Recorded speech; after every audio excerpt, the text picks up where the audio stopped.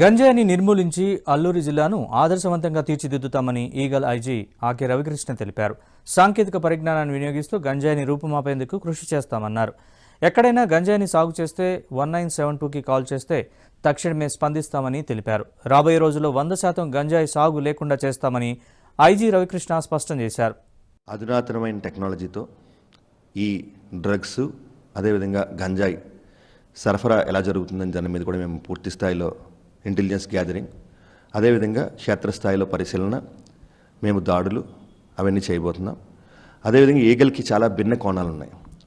ఒక కోణం data analysis వింగ్ని head క్వార్టర్లో పెట్టి అసలు అంతకుముందు జరిగిన సమాచారాన్ని అన్ని విశ్లేషించి రాబోయే పర్యవేక్షణలు ఎలా ఉండబోతున్నాయి, మనకి ఎవరెవరు ఈ గంజా ఇటువంటి స్మగ్లింగ్లో ఉంటున్నారు వాళ్ళ మీద పూర్తి స్థాయిలో నిఘా పెట్టడం.